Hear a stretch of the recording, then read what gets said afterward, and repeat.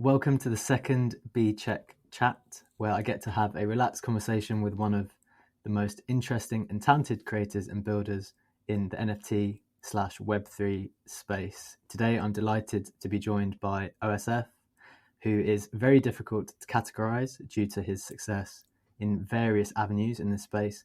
But today, we'll speak primarily about his work as an artist, project founder, and how he sees things moving forward in this market. OSF, thank you for joining us. How are you doing? Are you comfortable in the position that you have taken up to record this podcast? Thanks a lot for having me, BCheque. I think I've finally found a comfortable position. I speak we do a rug radio show 5 days of the week, and you would think I had a good mic set up and everything set up well, but amazingly I don't. So right now I'm just sitting on the floor beside a bed with this mic propped up to get the perfect sound. So I hope it's all loud and clear. I think it's fine now, yeah. But please tell me this is not your regular position. Do you have another position that you take up when you're doing the daily show? Yeah, so for the daily show, I have my AirPods on.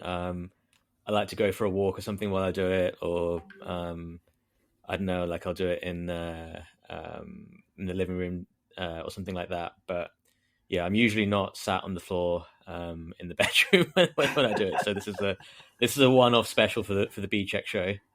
Great, love the commitment to the audio experience. Thank you very much. So at the moment, I guess you don't have a specific routine, right? Like you're doing the daily show, but you're quite free to go off and about and do various things. What's a day in the life like at the moment of OSF?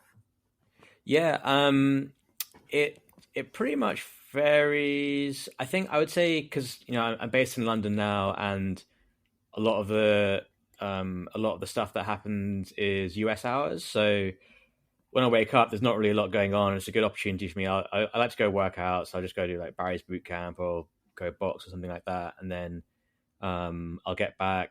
I'll spend some time reading through what's happened in the market and NFTs and crypto. Write it up. I do a morning summary every day for our Degenz group. Write it all up, and by the time I'm done with that, I think New York starts getting it. I'm speaking like I'm still a trader at trading floor. But by the time I'm done that, the US starts getting in, and there's a bit more to get through, a bit more news to get through, and I don't know. The time there's always something I'm working on. There's always 2 or 3 things I'm working on at the same time, and the time just goes by so quickly. And before I know it, it's 3:30 in the afternoon my time, which is when we start the rug radio show, and that usually takes up about a couple of hours. So that in between from like midday till 3:30 is just usually work on all the various different things I'm involved in. But it's definitely been a lot recently. Yeah, we're a little bit lost here, aren't we, in those morning hours, because things don't really kick off until later for the broader market. Do you quite enjoy that time, and also the similarity to how, for the people who don't know, you were a trader previously? Do you like that similarity? Do you lean into it? Do you think that's been helpful to you? Yeah, I do. I definitely like the time in the morning where it's quiet, because it gives me an opportunity to do things that I don't get done when it's busy. And when it's busy, it's like, I'm not so much involved in like the degen trading and flipping NFTs and all that kind of stuff anymore. Like that definitely used to take up a lot of time. So I'm less involved in that, but a lot of it is like phone calls, conversations, and it's pretty much all with people in the US. So the rest of my day gets eaten up by that. So that morning period is really nice, just to be able to collect my thoughts, figure out what I'm going to do for the day, get some stuff done that doesn't involve speaking to other people, whether it's stuff with Degenz, the NFT resources platform we've been working on, or whether it's my own artwork. It's just a good time that I had to myself every morning that I quite enjoy before it gets busy. But yeah, it is kind of like there are a lot of similarities with that. And when I used to be a trader, I think when I was in London, the mornings were always quiet. Like you'd get into work at 6:30 or 7 a.m. and you'd really have, I guess, 2 or 3 hours before the market started picking up. So it was a good time to do things yourself. I spent 3 years in New York as a trader as well, and that was very different. It was like the mornings were super busy. There was a lot going on, but by the time you got to about 4 o'clock, it got very quiet because the equity markets closed, and I always had a good couple of hours to myself to do stuff. And I guess the day just revolves in a different pattern when you're the other side of the pond. Yeah, definitely. So the morning update that you write, you still write that completely yourself, right? Yeah, I write it all myself. It's again, to draw that parallel with my old job, I used to do that every morning for almost 10 years. Just without the NFT section.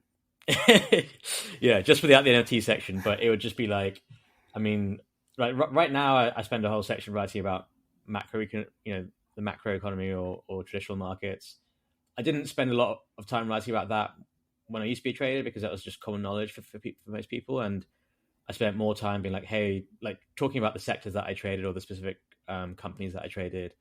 And I found it useful for me to collate all my thoughts and write them down, and it helped me just section things out in my own head. And I think I was able to put it in a format that was quite digestible, easy to read, and had good content. And I think our clients used to find that very helpful. So I just did the same thing for NFTs. It's like it's a very similar style of of workflow, and people are looking for similar presentations of information. So I just started doing the same thing, where I'll write a section on traditional markets, I'll write a section on crypto, then I'll write a section on NFTs. And yeah, I write it all myself, but it's something that I've also had been doing for about 10 years, and it's just the content of it is now slightly different. Yeah, it's really, really good. If anyone hasn't come across it yet, that is something which I find really helpful. And I think for people, for you, it might seem really natural. And as you said, maybe you don't include the macroeconomic stuff, or you didn't do that before because that was more common knowledge. But for people who have come into this space without that knowledge and pure kind of trading the assets, that background contextual stuff is super helpful. How much do you think, because I know like no one ultimately knows, and I was recording with Legendary yesterday on my separate weekly show, just talking about the macroeconomic worries in general. Are you super worried? I was like, I don't know, I had this thesis yesterday, which I think I've already changed my mind on, that it might be the case that because some of these assets have become so costly already, it might be reasonable to assume that people should be unaffected by a downturn because they've become a sort of good that operates outside of the normal world. Like, they're already so damn expensive that you shouldn't be holding them if you can't afford to lose them. I don't know if that's true, but so in some respect I was wondering, is it potentially uncorrelated with the rest of the market? If there's a downturn, maybe these new digital assets will be safe. What do you think in general at the moment on that? Yeah, that's a really good question. I think the problem is that NFTs they're kind of like a hybrid between something that trades like a high risk class financial product versus a collectible. And now collectibles like traditional art, wine, everything else in that bucket, they're something that are usually very recession proof.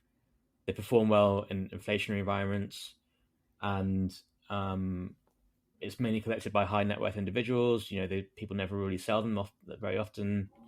So the traditional collectibles market is something that would perform well, extremely well, in the environment we're seeing right now, which is high inflation, stagflation concerns, and a recession looming.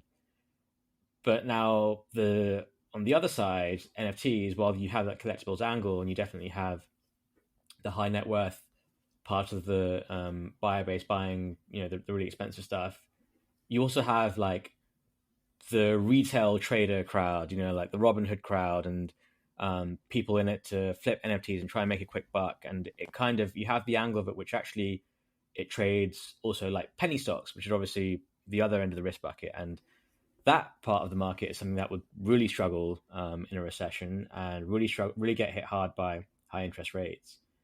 And so it's kind of like this battle between those two things, which are which are characteristics that would make them react very differently in the environment we're seeing right now. And on top of that, you have the idea of this is actually revolutionary technology. It's a new B2C model. It's a new way of understanding ownership, digital ownership. It's a new way of forming communities. So you have all these things which are kind of revolutionary and different and game changing, which is a recession in real terms enough to break down that market. So look, I think the NFT market is very huge. There are different angles, there are different aspects of that market now as well. Like you can buy a really expensive X copy 1-on-1, and look, that's probably never going to go below a certain price for ever.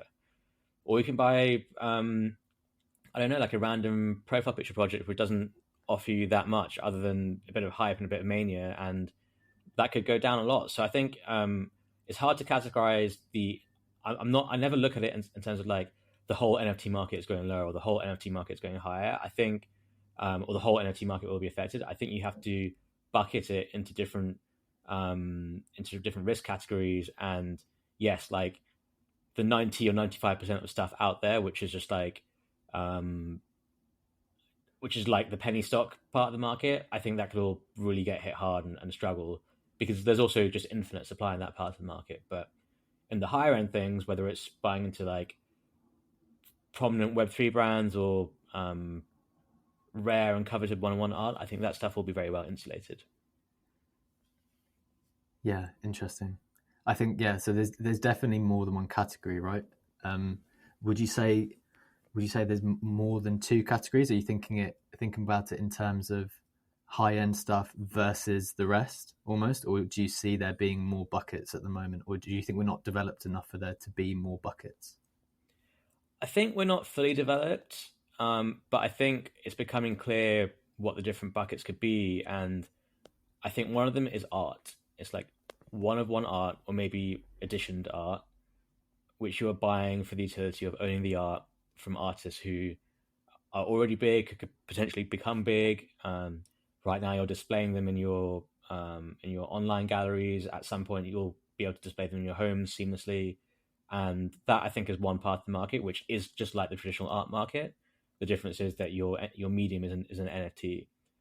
I think you have another part of the market which is really, I view as like VC style investments into Web3 startups, because you have all these NFT projects, and they're like, okay, cool, we want to sell you 10,000 images, and we're going to use the proceeds to buy a golf club, or we're going to use the proceeds to buy a nightclub, we're going to use the proceeds to create this brand or whatever. So for them, those creators, it's actually a way of, or create a game.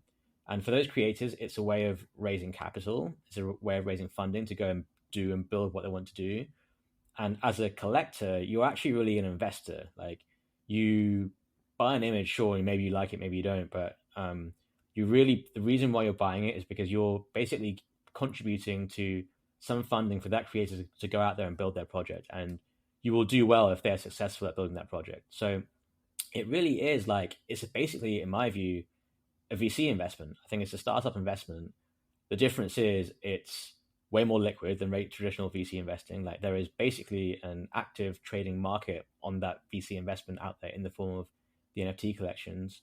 And there's way more transparency, because like there's, whatever, if you have a 10,000 collection, you might have 5,000 unique holders, and everyone's always asking questions. People are, creators are on this podium, and people are watching very closely how they perform, how they're using the money, what they're delivering. And you have way more transparency and liquidity in making that investment via the NFT medium than you do if you're just, wide over some cash for a traditional VC investment. So that, I think, is definitely one part of the market that you're funding things. And then the other thing is you have communities. It's just like people just like being parts of communities. People spend a lot of time online, and they find a community they kind of vibe with, and that's what they want to be a part of. So and that doesn't even cover it. There's so many different applications of NFTs, but that's kind of how I view like the three big parts of the market right now.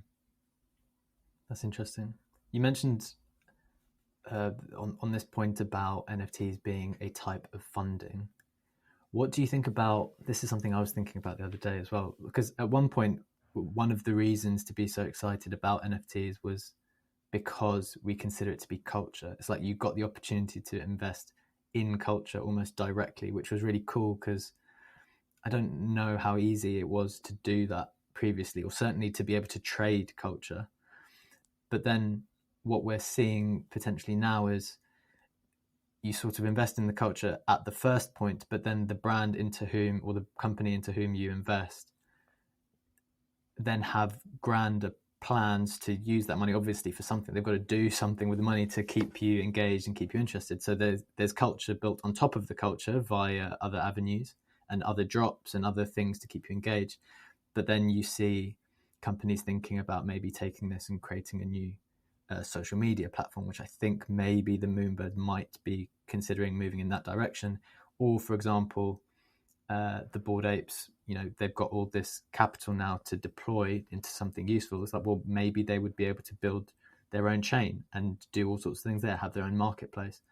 And I wondered whether, does that detract in anyone's minds from the investment in culture? Because suddenly the investment in culture becomes an investment in infrastructure. And I'm sure if people were told at the very beginning, yeah, what we're actually trying to build is a new chain, or what we're trying to build is a marketplace. I mean, there's all sorts of marketplaces popping up all the time, aren't they? But people aren't necessarily interested in investing directly into them because it's a very different investment to the cultural investment, which people just think is cool. What do you think about this way round of doing it? Yeah, I think I like the point that you mentioned about NFTs being a way to invest in culture. I think crypto had kind of let you do that a little bit, like Dogecoin, for example. Like that's basically started out as a huge meme, and the technology of crypto allowed you to put money into it and invest in it, and it's kind of being able to like create a digital economy, or monetize memes, or monetize culture, or monetize sentiment and that kind of stuff, rather than having to go buy equities or whatever to express something like that. So then when you had NFTs and you have images attached to them, that's just like, it ended up being a better way to invest and trade and express and monetize culture and memes. And that's a huge part of all of this. Like, meme culture is massive. Meme culture is something that we can all relate to, stuff we find funny.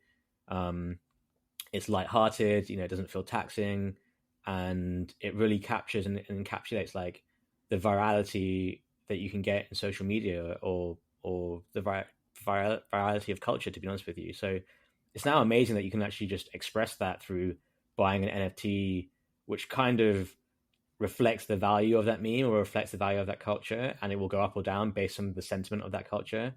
And that's really cool because I think it levels the playing field in terms of people coming in wanting to put their money somewhere and make some money. Because before it was like, oh, you have to be a finance expert to do well in trading stocks, or you have to have this, great education to go work for an investment bank, or whatever. Whereas now it's like, cool, you understand and get memes, you understand culture, you can now actually bet on that if you like, and make money out of it if you're good. And you don't need any education for that, really. You just need to like understand what's going on and understand vibes. So I really like that aspect of it.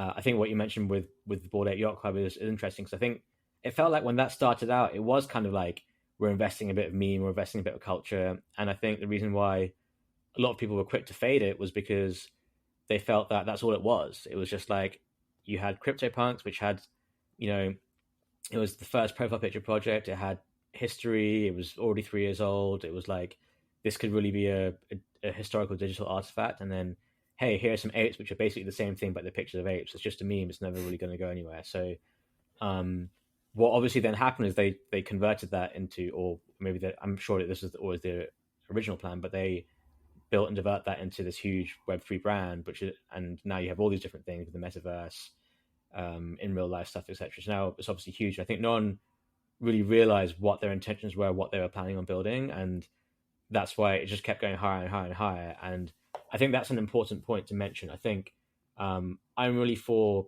just buying stuff because it's a meme and it going up because it's a meme, and people complaining that this shouldn't have any value. But I'm just like, well, value is governed, determined by what people deem it to be. And I so if love it when everyone people says, complain. I love it yeah, when people exactly. complain, especially outsiders. Just like they get so annoyed at certain. The more annoyed people are that something has value, the more I enjoy it. Yeah, my view on that is that it kind of like creates a synthetic short base in something. Like when someone's really short a stock or a bond, um, and there's a huge short base in it, the cost of borrowing goes up a lot, and you can get these crazy short squeezes where they end up getting bought, what's called being bought in, and having to buy back their stock that they borrowed to short. And that's what happened with GameStop. You know, like everyone was just it became so expensive to run that short, they ended up having to buy back in at like a really expensive price. And I think people like trying to fade memes or people saying, "Oh, this has no value," it kind of creates like a synthetic or effective short base because all these people are upset because they don't have any money, they don't have any chips on it, they're underinvested. While everyone else around them is invested and making a lot of money. So, like psychologically and emotionally, that affects people, and it eventually makes them just FOMO in at some crazy price.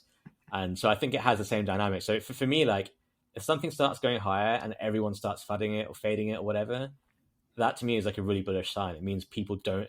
The more that people fud something that's doing well, and if there's no good reason to, I mean, if it's not a scam or anything, there's no good reason to do it. The more it tells you that the market is underexposed and not invested or underweight, if you like, that particular thing. So that for me is actually a very good indicator of like, oh, I should buy this because no one else owns this. Yeah, one of my friends was because I sort of expressed this a very, very similar sentiment to one of my friends the other day, and he asked like, so why specifically is it the case that if other people get annoyed, like why do you think that that's so positive? And I don't know if I was able to properly explain why, because I think it was more just like a competitive thing where I just believed I was on the right side, and the fact that other people were fading it meant that I don't know, it's sort of enjoyable to me that that's the case, that they feel so negative about it, and whereas I would be in position. But how would you best articulate like why is it so good to you in your mind? Because I think the same thing. Why is it so good when you get those indicators that people are upset? The people who are not involved are upset, and they're getting more and more annoyed about it. How would you explain that? Why is it so good? It just means that like prices move based on buyers and sellers. It also moves based on positioning. And if you have someone who is trading or investing in the NFT market, they're like, okay, cool. I might own a bunch of apes and doodles, but I don't have any Azuki. And so let's say that's the case for 75% of people. They have a lot of apes, they have a lot of doodles, but they don't have any Azuki. And now let's say Azuki starts going higher, and because everyone's complaining because it's not their position, that's just human nature to complain when you're not doing well. And everyone starts complaining. That's like, okay, in our position where this thing is doing really well because 75% of the market doesn't own it, and they're all complaining. So now if some of that 75% starts getting converted to like, oh, I'm just going to have to FOMO into this because I need to own it and it's going higher and I don't own any of it. Um, that just means like the weighting could go from maybe like 75% don't own, 25% do own to like 50-50. So more people, there's a larger amount of potential buyers who are going to feel like they want to buy it because they don't already have it. And it's this idea of positioning and crowded positioning. And, if everyone owns the same thing, then it's never really going to go higher because everyone just has the same position. You need new buyers to step into for it to go higher. But within an existing marketplace, if something starts doing well that nobody already owns or no one has exposure to, they're all going to want to buy it, and that's going to create a much bigger upwards price increase. I think that's the best way I can explain it. That's cool. I think that kind of thinking about positioning is quite helpful. So you mentioned all these different buckets that we've got now, like all sorts of things. What buckets would you put yourself in now? Because you've obviously been in space for a bit more than a year. I think you and Mando joined just before me, and you started as one thing and you've done a lot in this year. So how do you even think about yourself now in this space? Yeah, that's a good question. I think when we started out, it was just like, we were flipping NFTs basically. We were just trading them around. Having fun. Then, yeah, just having fun. We never really thought we would do this full time. Um, then we started trying to find things that would have longer term value because we believe more in the space, and that ended up being one art pieces, which we think are like a much slower burner. It's the sort of part of the market I think will be very valuable in 5-10 years plus. I think you need a bit more of a traditional collector onboarding there, but ultimately that stuff will end up being very historical, given the vintage of it, just by definition. And then I think the other thing for us was like, yeah, like it was like the VC style of thought process. It was like, okay, we're going to buy this, and this NFT is going to kind of act like our token within this ecosystem that will give us benefits for it becoming big as a brand, etc. And obviously, the apes were a big winner for us there. But as time's gone on, we've spent less time buying or trading NFTs, just because of the time consumption there. We've spent more time on the creation side, and last year we tried our hand at creating a profile picture project. It's called Degenz. It flopped dramatically because we weren't like, we're not really how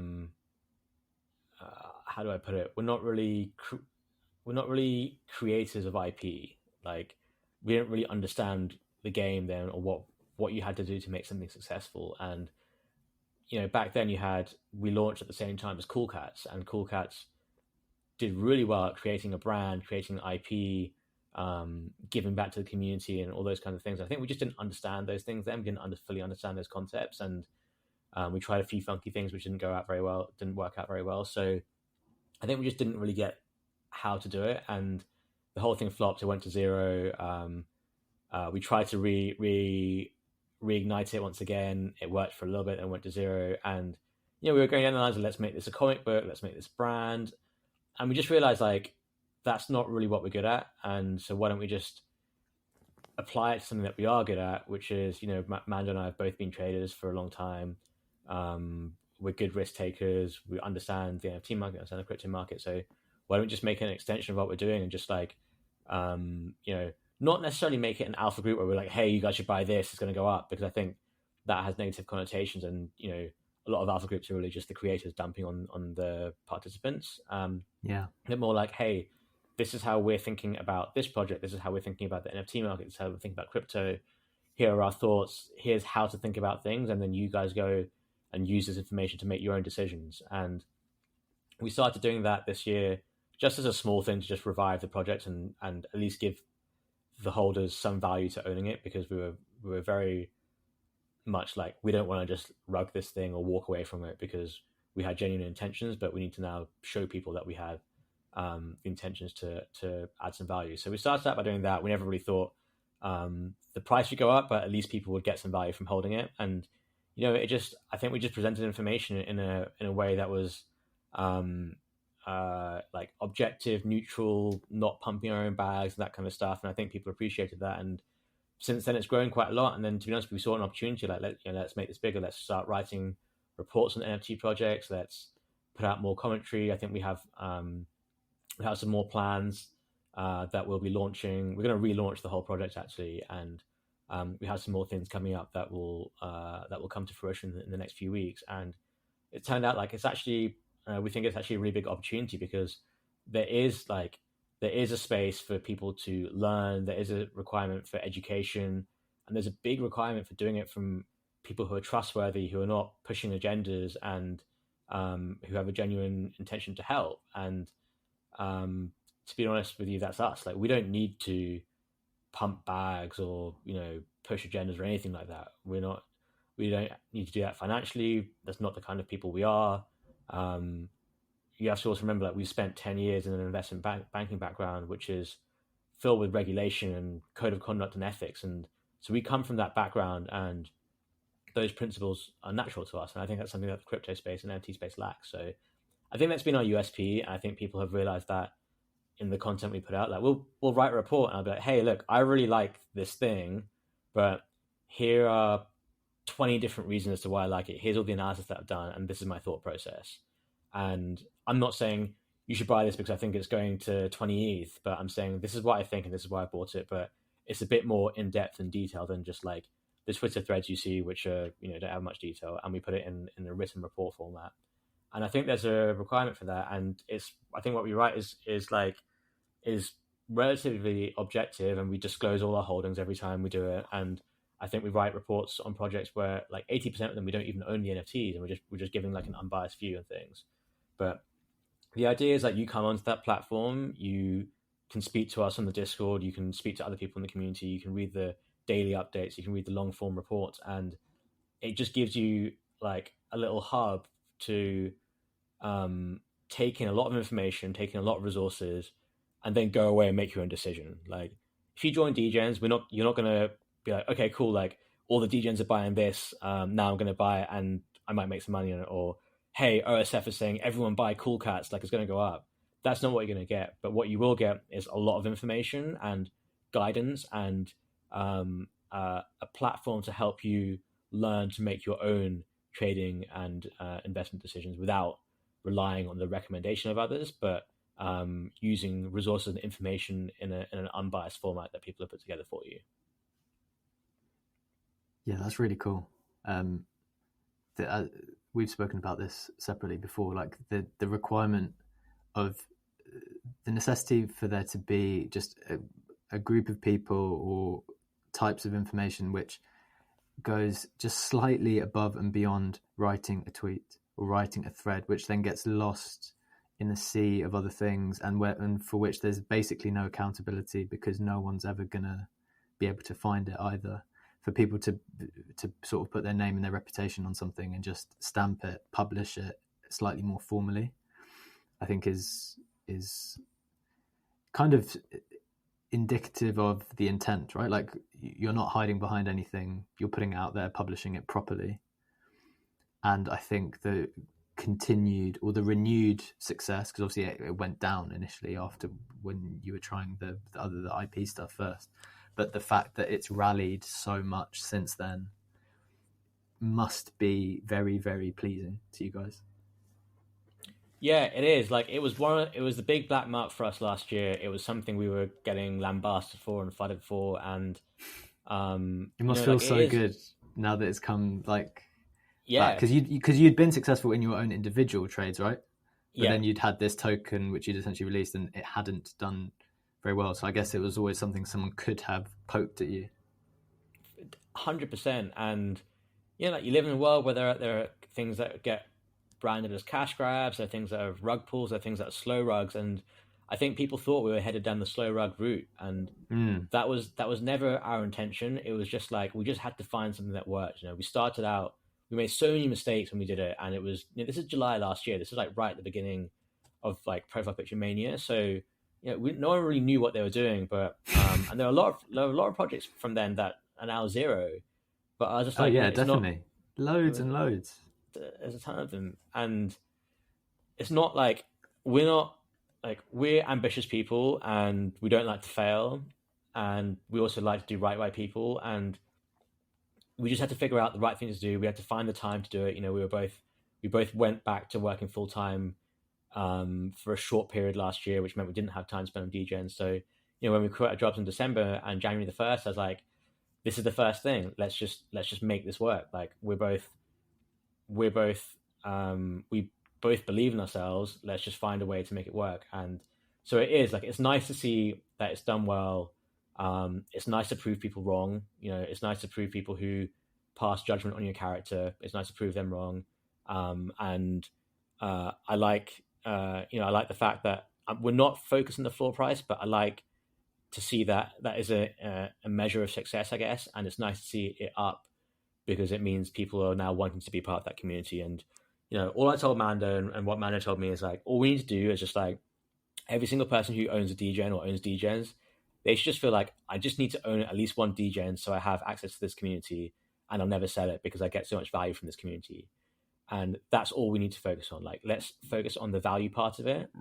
And if we do that, then our number of unique holders will go up, and then the price of it will go up naturally, and people will be like, look, I don't want to sell this because then I'm going to lose out on all this value that I'm getting from owning it. And that was our idea. That's kind of been our focus, and that will continue to be our focus more than the floor price. Yeah, it's really important, I guess, in this space to just have something to laser focus on, because there's so much noise and so many distractions, and the 24/7 news cycle of Twitter with various people sharing their opinions on everything all the time, I suspect is very, very taxing. And so to be able to just focus on like, okay, let's just make sure this gets done in this particular way, I think would be really helpful.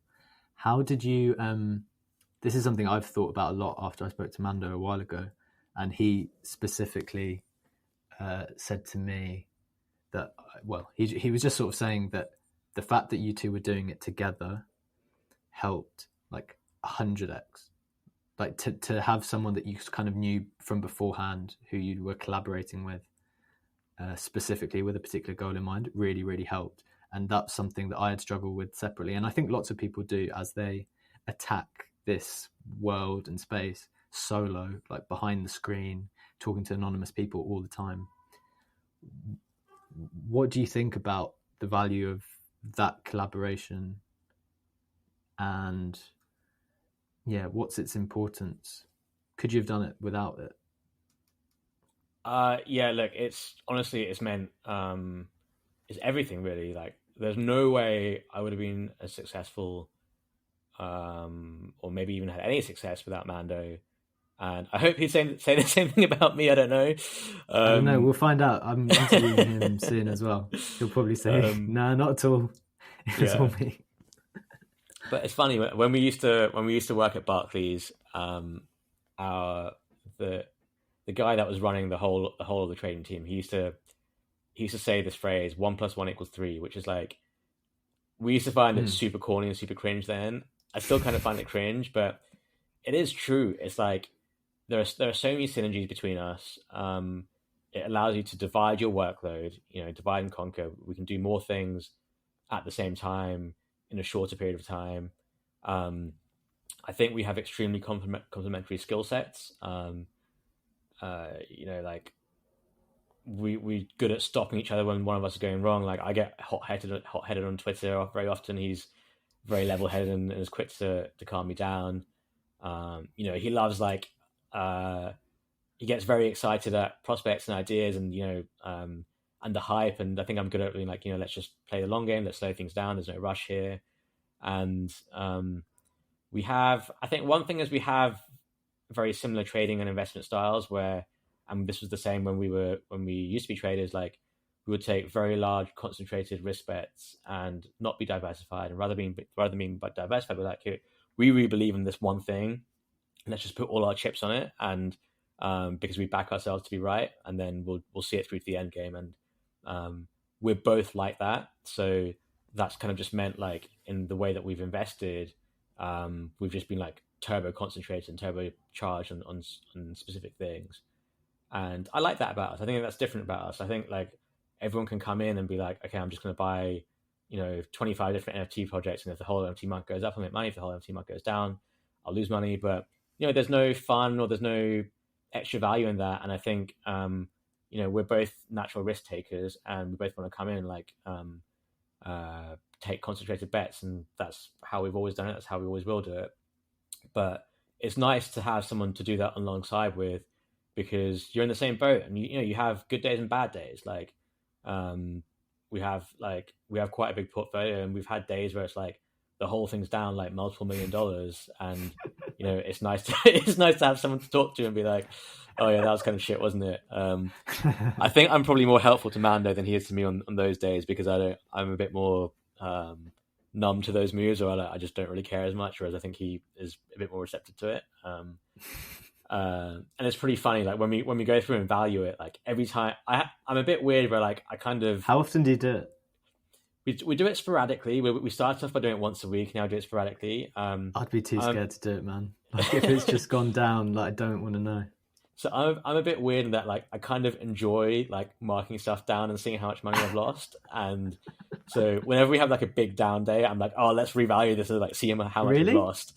Yeah, and Mando's like the exact opposite. Like when we have like a really good day, it's like, oh, let's market, it's like see how much we've made. I think he's probably the more normal one there than I am. But Yeah. yeah, so it's been like, honestly, it's been like I think I'm like we're both extremely fortunate because I've known him for 10 years. We work together, and he's one of my best friends.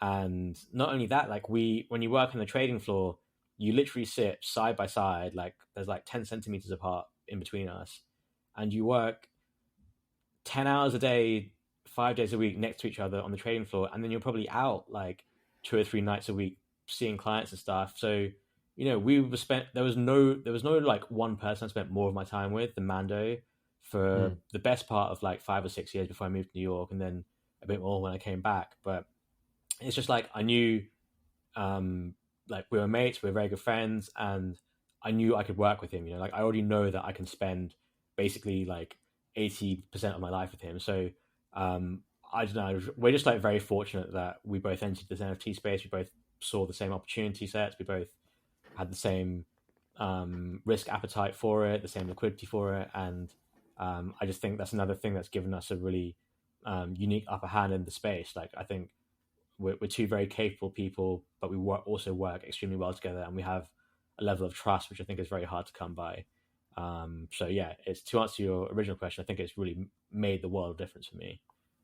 So I guess you're just unbelievably fortunate in that respect to have someone who just came in at the same time, doing all the same thing at the same time, was interested in the same stuff. What do you think now, though, to try to? Because I think lots of people are not in that position. Like they have lots of friends who either have no idea about what's going on, no one understands what they're doing. If you try to talk about this, like the normal people in their life just basically have no idea what's going on. How do you think about the people who you collaborate with in future and the people who you make agreements with? What makes you comfortable to proceed with people moving forward? How do you go about it? Yeah, it's tough. It's something that I have a very tough time with. I think we're like ultra careful and curated about how we strike up partnerships and agreements and collaborations with other people.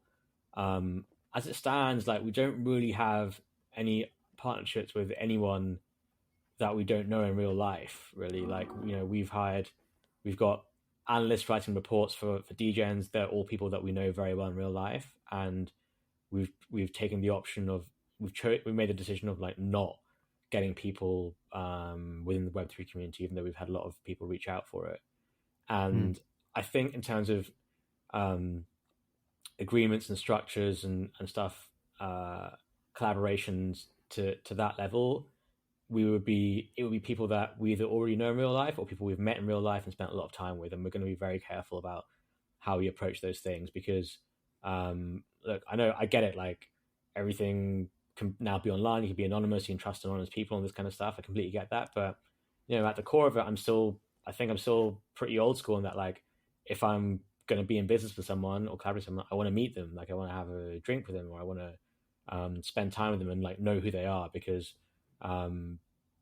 there's with these things, there's a lot of money at stake, there's reputation at stake, there's other people at stake, other people are putting their money in you, so you have to be very, very careful, because it's not just like, it's not your own, it's not myself who would get hurt. There's a lot of people who could get hurt from making a wrong decision like that. So I think we're very, very careful about that. We haven't really collaborated with anyone in any meaningful way yet, and I'm not sure we will. I mean, I guess we're involved in Rug Radio, but that's by virtue of we bought a bunch of NFTs, we host shows on it, and we've met Farouk in real life plenty of times. And I think he will get, as you get to a certain size of following, you inevitably will receive some hate, but he's someone who I think has very genuine intentions, and that's shown by his big when everyone gets a certain level of following, they try and find a way to monetize it, and there's obviously been like crappy influencer projects and all that kind of stuff, and he used his following to build a decentralized media platform which he doesn't really have any ownership of beyond like his tokens, that has a external council governing it, of which 80% of the proceeds went to either tax or the DAO, and the rest of it to pay the team. So like he used his platform to do something where he didn't really even make any money out of it, and it's designed for education. And look, people make mistakes; they all have their things. But for me, he's used his big chip on doing something to benefit the community and help people, which is very Web3 friendly, and that's what he's used his big chip on. And I think that says a lot about his character, and that's why we felt comfortable getting involved in Rug Radio and being more proactive in it, and being part of the DAO Council, being host, because that thing is designed to be decentralized to help people with the right intentions, and that's a long-term vision that we really believe in. Yeah, that's a really good point. Like, it's clearly something that has been designed to be built out over time with a lasting commitment to something bigger than an individual's own immediate benefit. You mentioned, once you get to a certain number of following, there'll always be criticism, right? Like, once you get to a certain stage, how's your experience of the space changed as you've become more successful, and is it still as fun as the beginning?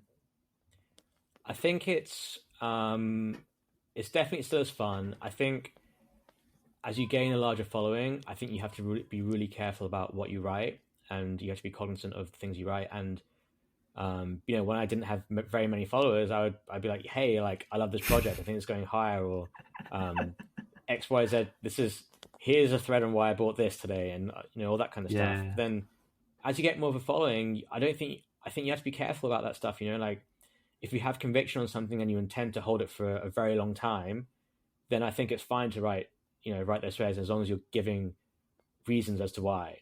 If you're like, I'm buying a bunch of this and I'm going to tell you the reasons why I like it, and then it goes up, then I'm going to sell it, that's not right, because whether you like it or not, whether you agree with it or not, you have just monetized your following. And I definitely don't believe in that. So I've definitely been like way more cognizant and cautious of what I say about certain projects. And like, if I'm buying something to flip it, I probably won't even tweet about it anymore. Maybe I'll post a picture of it or whatever, but I'm not gonna pump it. And to be honest, I've really, really like stopped buying to flip things, because I just haven't had time recently.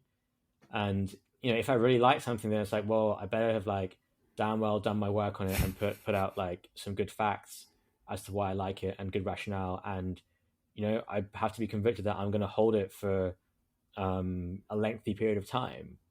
And this year I've written about Rug Radio, and we bought 200 NFTs. We haven't sold a single one. We haven't sold a single bit of rug, and we intend on holding that for a long period of time, because it's something that we acknowledge is gonna take a lot of time to build and grow.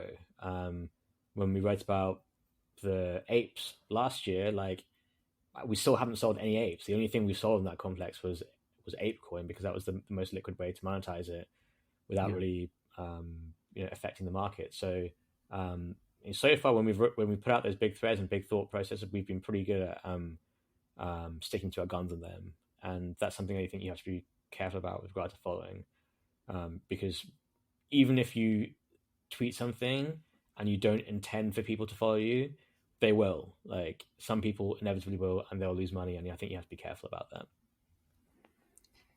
Yeah, that's definitely one of the difficulties, I think, of increasing and following, or I imagine so. That's really cool. We said I really wanted to speak to you about your art, so we have to get onto that before the hour is up. So, I mean, we've spoken about all sorts of stuff: trading, investment, collecting, all this stuff. That was obviously a huge part of your last year. But in addition to that, you've established yourself as a very talented and successful artist in your own right. First, like, how did that happen? Yeah, it feels pretty surreal, to be honest with you. I think the best way to explain it is, when I was younger, when I was a teenager, from the ages of like 13 to 18, I basically spent all my time online. Like, I was basically an online degen without knowing I was, and like I taught myself how to code. I did a lot of digital art. Like I had a deviant art account. I spent my time like on online forums within art communities. Like I learned how to like skin online forums, and I used to like make skins for people and all that kind of stuff. Cool. Which is like it's like a hybrid between like coding and knowing how to knowing graphic design. So like I used to do all that stuff as a teenager, and it was just like a genuine interest or curiosity or like hobby of mine. I used to love doing it, and then when I turned 18, I went to university and whatever. Like I was just like, I need to think of an actual job where I can actually earn money from and pursue a career. So I basically just stopped doing it and just fizzled out of that world. So when Mando mentioned NFTs to me and I got back into it in February last year, my instant reaction was like, wow, this is like all the stuff I used to do. Like maybe I should create some art and see if I can sell it. And just like is for anyone really. Like when anyone first hears about NFTs and they hear about where this stuff is selling for, like, oh, can I come in and sell it and make money out of it?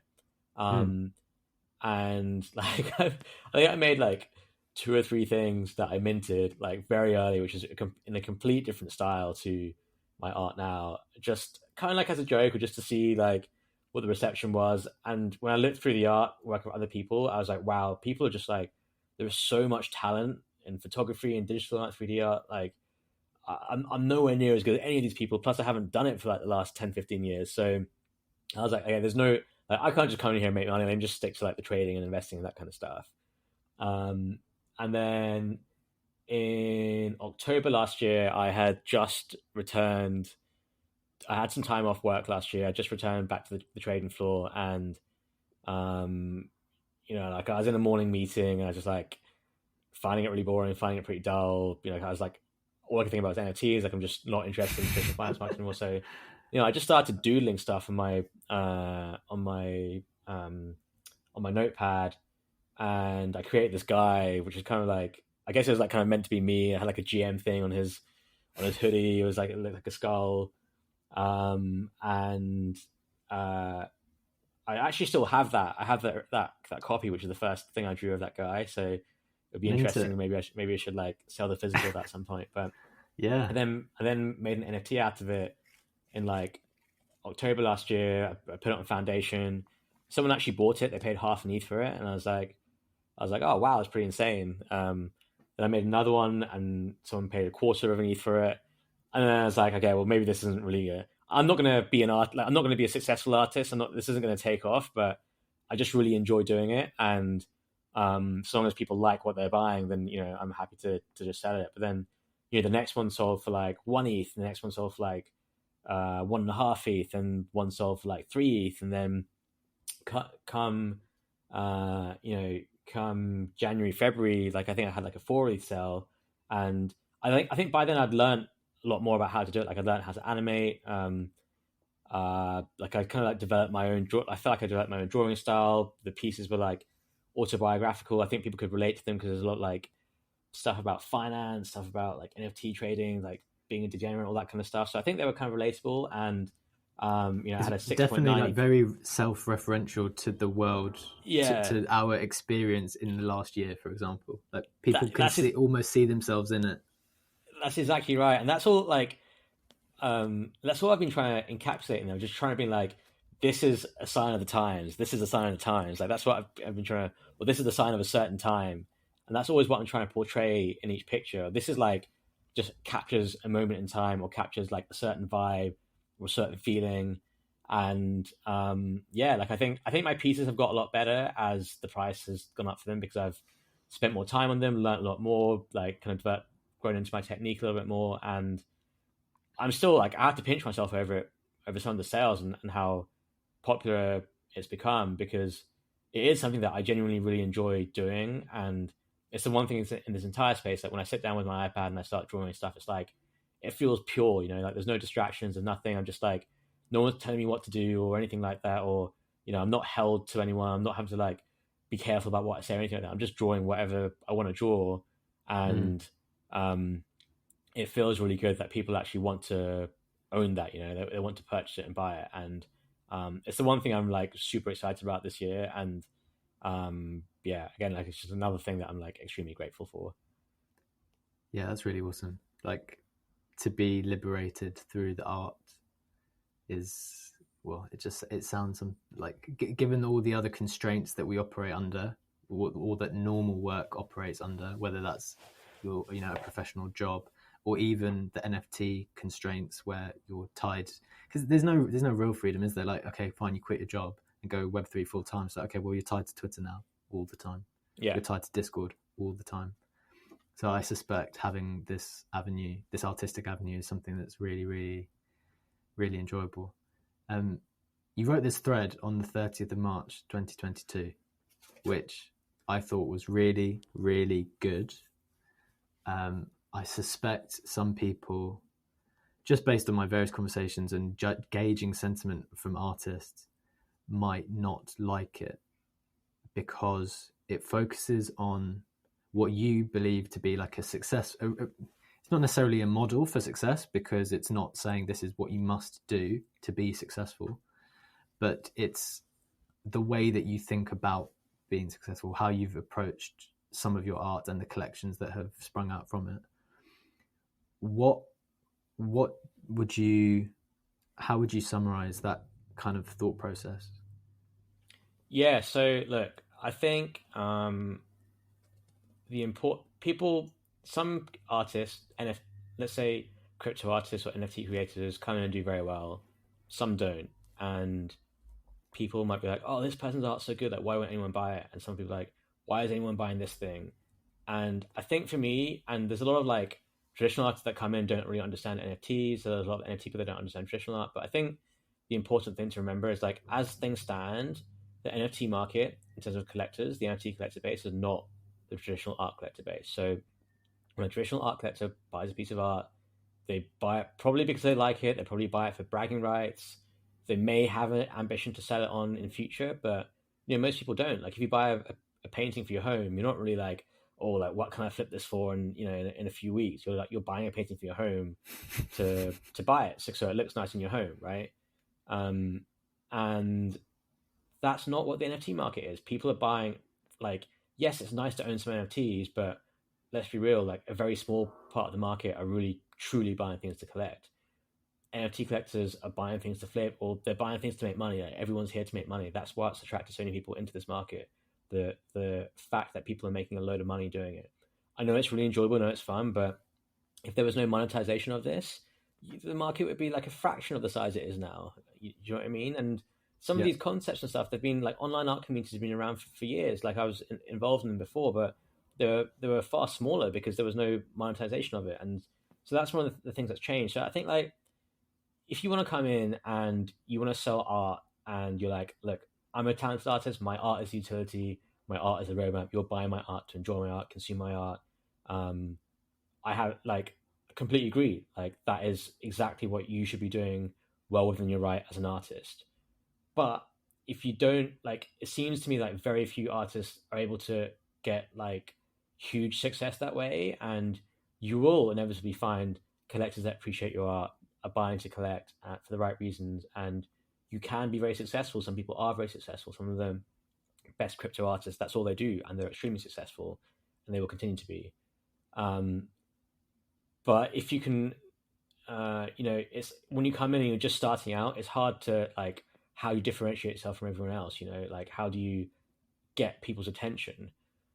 And so the other thing I was like, well, why don't like, and I'm very interested in like this intersection of like Web3 and art.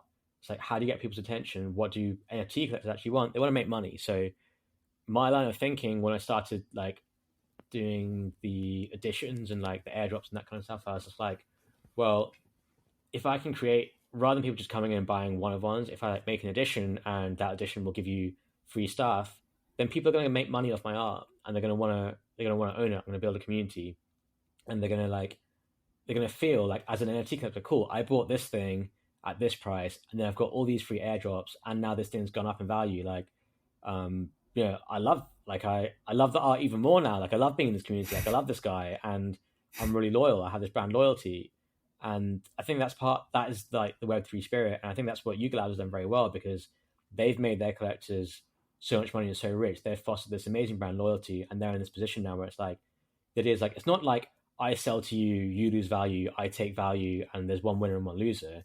It should be like, I sell to you and you buy from me, and I'm going to do my best to make your investment a good one, make you money. And if I do that, then you do really well, and then I do really well because everyone's like, oh wow, buying this guy's art makes you money, and that's been my angle. And look, like I have obviously like I have a creative angle, and I really love getting sucked into the art and all that kind of stuff, and I love getting lost in it. But I'm also very like um, business minded and like mathematically minded, and that's how I think. Like I'll draw creatively, but I'll think technically and mathematically, and it's like cool. Like let me do this for they'll get this many airdrops and this at this price, and they'll make money on this, and they'll be the next thing, and that's how I've approached with selling my art, because like I'm not like, let's be honest, I'm not a pure artist. I don't have an art background or anything like that. I really enjoy creating things. I really enjoy getting lost in my imagination and putting it on a canvas, but that's not like, I don't have a history in it, but I have a history in this other stuff. So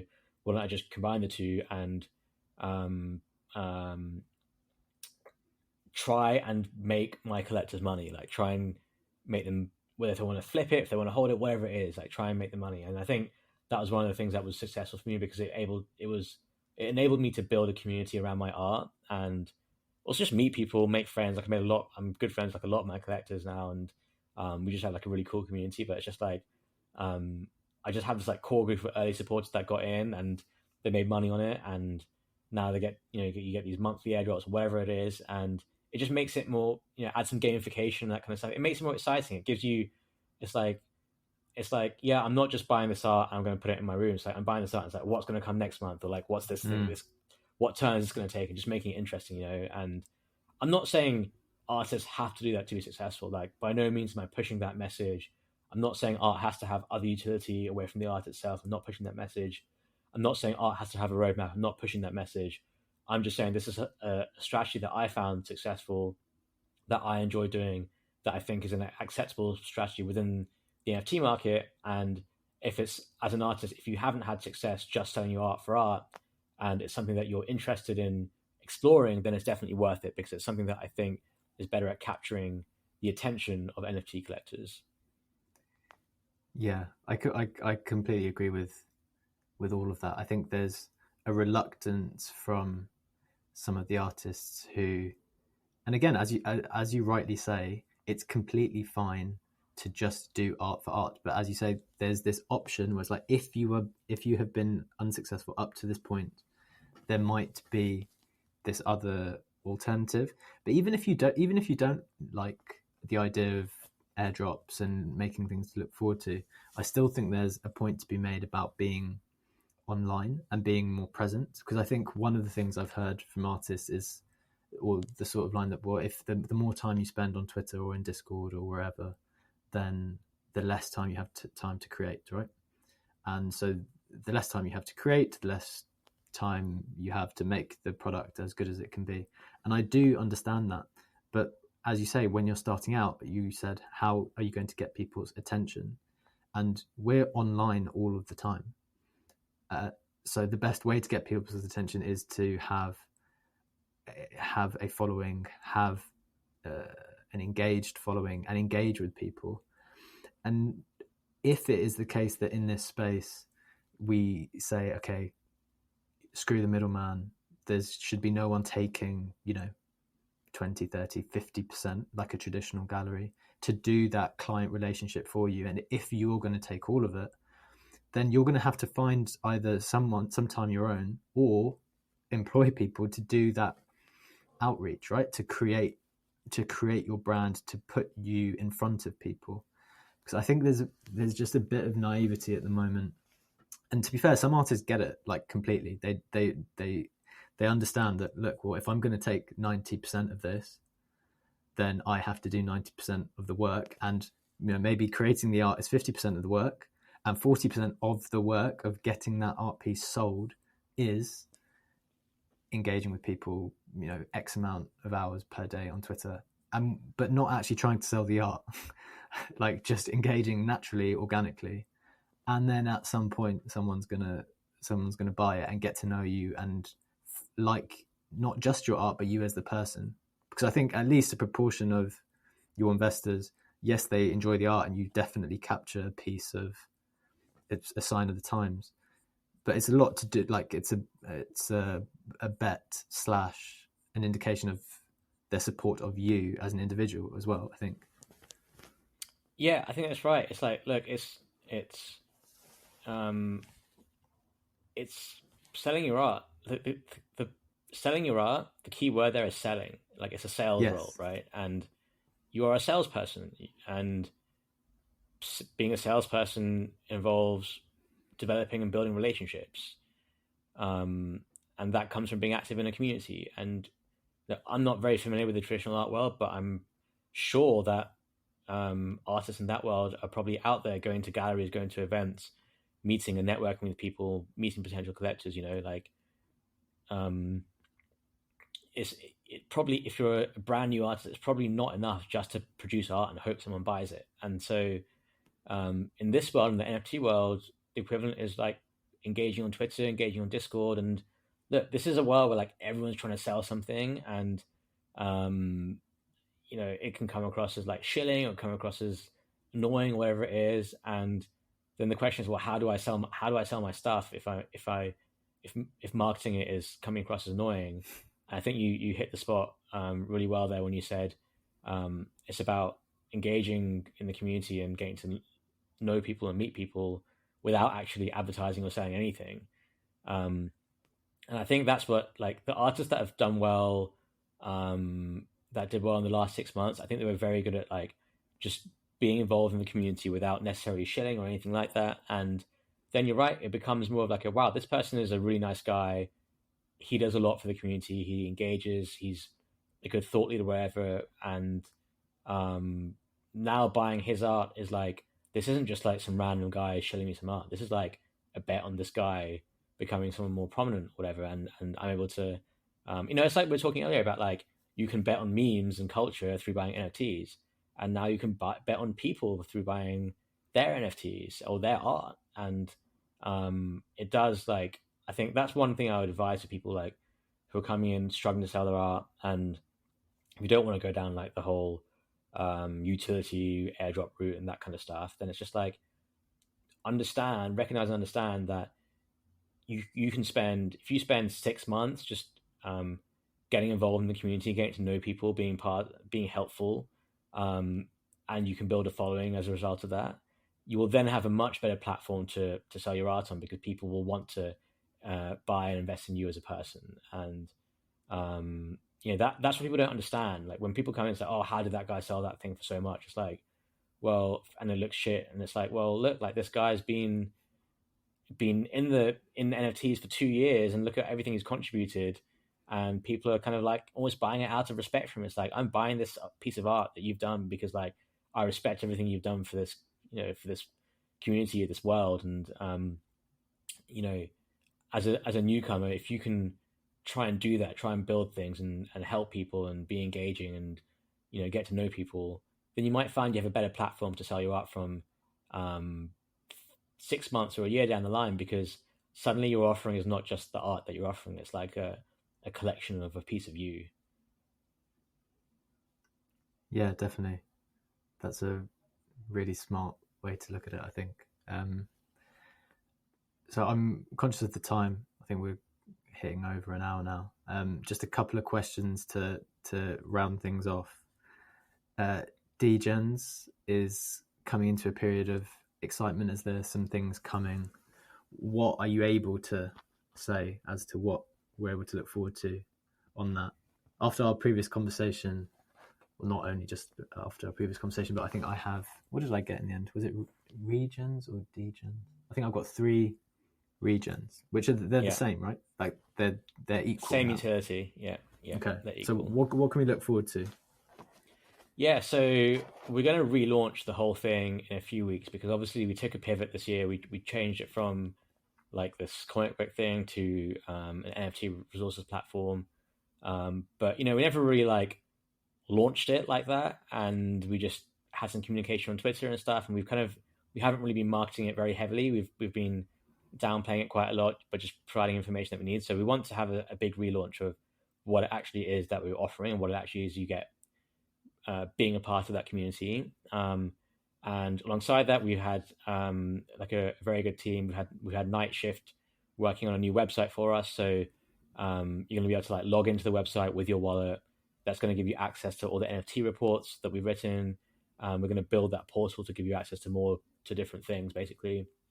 And Mando and I are also part of the Flips finance team as well. So Degenz is like fundamental research, Flips is like technical and quantitative analysis. So there's potential ideas we have down the line to downstream some benefits to Degenz from that platform.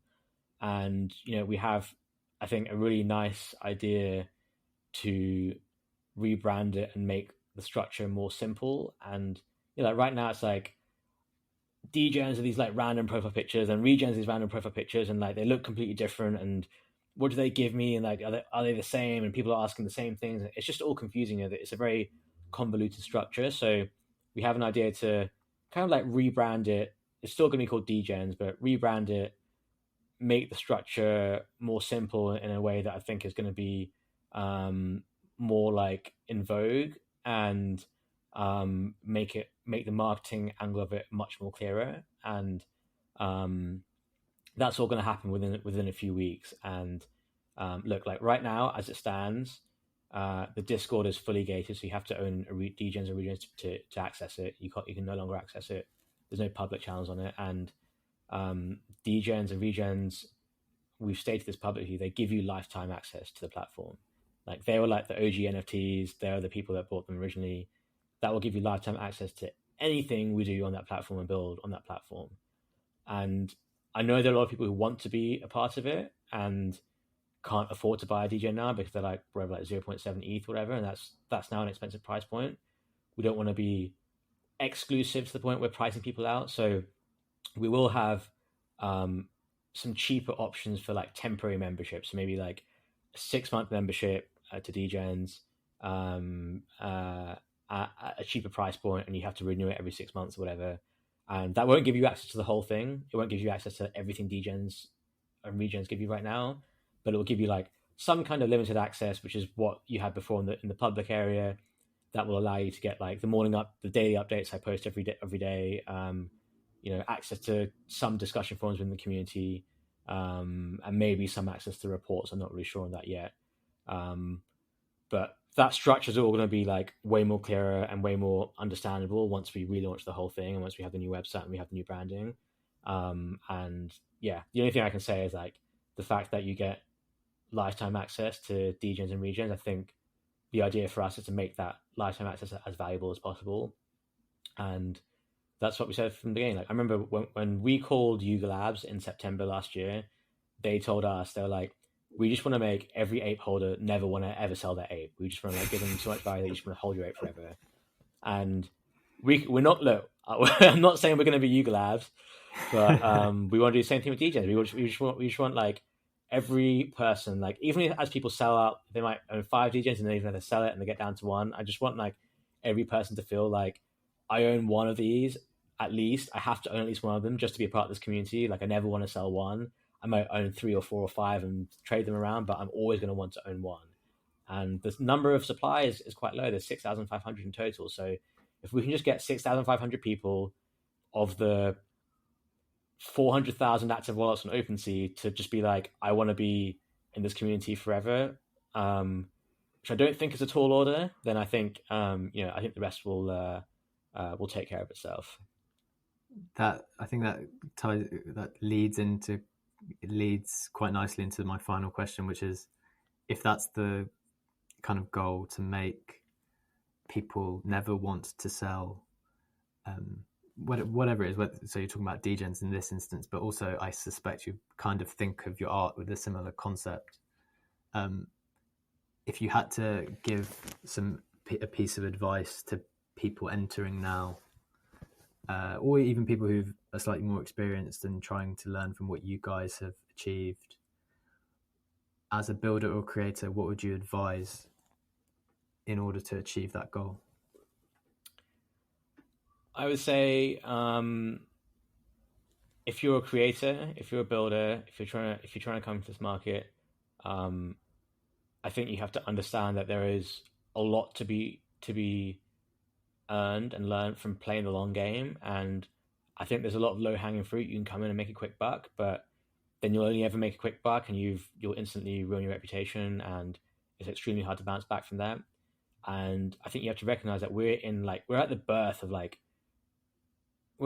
so many different things. We're at the birth of like digital renaissance. We're at the birth of like technological change. We're at the birth of like new um, consumer concepts. Like we're at the birth of so many different things, and it's like the world is literally your oyster to come in and be entrepreneurial and build something real. You know, have a good idea, form a team, and build it. And there are so many people out there who have those ambitions, and work together with people to build something good, and take your time to do it, because like people are going to build stuff right now that are going to be worth billions of dollars in the future, and you have the opportunity to do that with just like a half decent idea, but having the right approach, like not going for the instant gratification of like the big money straight away, like taking your time to build things, taking time to understand what Web3 means, and understand like how to get collectors or consumers on your side, and understand the idea of a symbiotic relationship. And um, that's it. Like I just see a lot of people come in, like you know, shit post their way to becoming an influencer, and then just do paid promos. And it's like, great, like you haven't really built or created anything, and you're not even really making that much money. Plus, people will hate you, and you're doing something that's not really that ethical. Even if you state it, it's kind of just like, well, um, people, you are having an impact on people losing money, and then it's not sustainable. So, like, I don't know, like you can either go down that route, or you can be like, okay, let me just think of a good idea and work with some people to build it. And if you want to raise money for a good idea, like I'm telling you, there is so much money that wants to be put to work here. There's so much money that wants to be invested in good ideas, and you can raise capital. Like you can definitely raise money to if you have a good idea and build a good team, you can raise money to do it. So my advice is like come in, like don't come in here and try and make a quick buck, or just try and get clout to do paid promos and that kind of stuff. Like you're just missing the big opportunity, which is to come in here and like build something real. And it doesn't have to be that hard or that complicated. It doesn't even have to take that much time. But you just think of a good idea, and people will respect you for it, and you'll be able to make money in other ways indirectly, which is going to feel much more rewarding. Yeah, I think that makes sense. Patience is pretty key at the moment, and I think what you guys have done with Degenz is testament to that, in the sense that you did something quite early, quite quickly, but with patience and the effort that you guys put in. I think you've taken real strides there to try to build something of significance, which is noteworthy, right? Like as you said, we want to do things that are fun. We want to do things which are interesting, and would just tweeting about stuff and trading, like it's just not sustainable, is it? Like the lifestyle that we lived last year, maybe we're just trading, writing stuff to try to pump it. It's not as enjoyable. So I think what you guys are doing is really cool. OSF, thank you so much for your time. That was really, really interesting. Love to chat. We could have gone much longer, I think, but let's leave it there. If there is anywhere we can keep up with what you have going on, what are the best spots? Yeah, sure. I think my Twitter account is probably the best source of information. It's OSF_NFT.